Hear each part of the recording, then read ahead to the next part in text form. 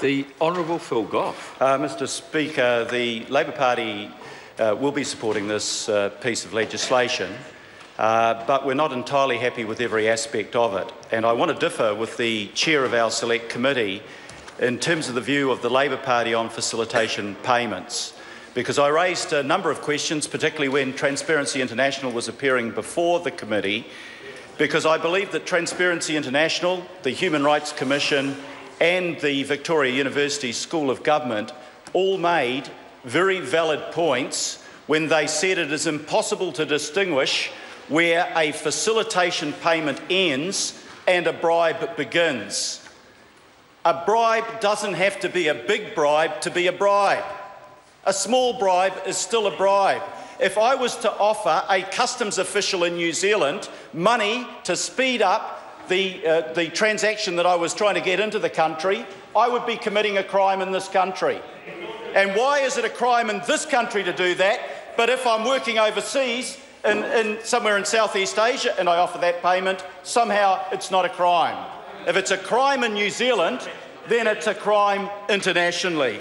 And I think that what Transparency International said made a lot of sense. They pointed out that there are countries that have banned facilitation payments outright. The United Kingdom, as the chairman will remember, is one such country that says facilitation payments are illegal. Now, the officials came back to us and said, oh, but they aren't prosecuting small facilitation payments. They might not be, but they are still illegal. The Canadians have moved to make facilitation payments illegal. Transparency International said the United States and Australia are also moving in that direction. And my question to the National Party is that if we are really proud of our reputation of being the least corrupt country in the world, why aren't we leading on this aspect of facilitation payments? We ought to be. We ought to be leading on that to maintain our reputation for the highest possible standards of integrity and transparency. And, Mr Speaker, it's also true that other organisations that we are proudly part of have spoken out against facilitation payments. APEC, Asia Pacific Economic Cooperation, has opposed transparency payments. The OECD, that we are a member of, has opposed transparency payments. In New Zealand, the Serious Fraud Office and Business New Zealand, working in conjunction with Transparency International, put together a program where they recommend that facilitation payments are not paid. Now, some questions were asked of officials at the Select Committee. Would this hugely disadvantage New Zealand if others are acting corruptly and we're not able to do the same? Well, I don't think that is a good excuse, Mr Speaker, because if we are encouraging other countries in which we are conducting our business to stamp out inflation, stamp out corruption, why would we then say that it is okay to make a facilitation payment? We wouldn't, because that is a double standard. And there was a survey done of New Zealand businesses in 2009, a business survey conducted by Trace International. They found that more than 3/4 of the survey respondents believed that it was possible to do business successfully without making facilitation payments if they planned carefully and they did proper management support. So, Mr Speaker, I don't accept that facilitation payments are okay. In fact, in the United Nations Convention Against Corruption, Article 16, there is nowhere in that article where it says that a bribe has to be a big bribe in order to be a bribe. In fact, it defines that form of corruption, bribery of foreign public officials, as when you promise or offer or give to a foreign official or a person in an international organisation, directly or indirectly, any undue advantage for the official themselves. That's a payment. That surely is an undue advantage. You're not just paying customs officially to make the transaction. You're paying the officials to grease their palms to get something that gives you an advantage. And the other part of the definition is that it needs to be an act that does create undue advantage. And if you're prepared to pay a facilitation payment, if a business is prepared, Mr. Speaker, I know you wouldn't personally do any such thing, if a business is prepared to make a facilitation payment, it is to get an advantage. They don't want to queue up. They don't want it to take time. They want it now, and it gives them an advantage. So I cannot see, Mr. Speaker, how anyone can read Article 16 of the United Nations Convention Against Corruption as allowing facilitation payments because they are small and they're perhaps not that important.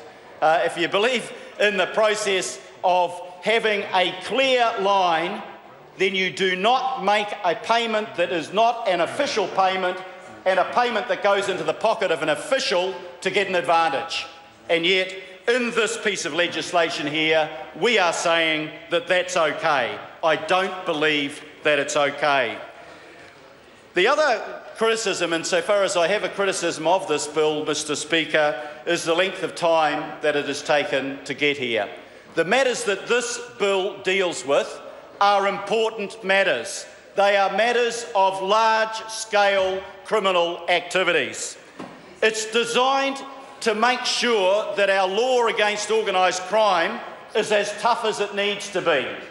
And it needs to be a lot tougher, Mr. Speaker, because we know if we take one aspect of organised crime, that is the manufacture and sale of methamphetamine, that is a business infiltrated by organised crime that makes more than $1 billion New Zealand a year in this country. $1 billion going into the pockets of organised crime to promote drugs, and we've taken a long time to bring our legislation up to the standard that makes it easier for us to crack down on that sort of organised criminal activity. You look at money laundering as another offence that is strengthened in this bill.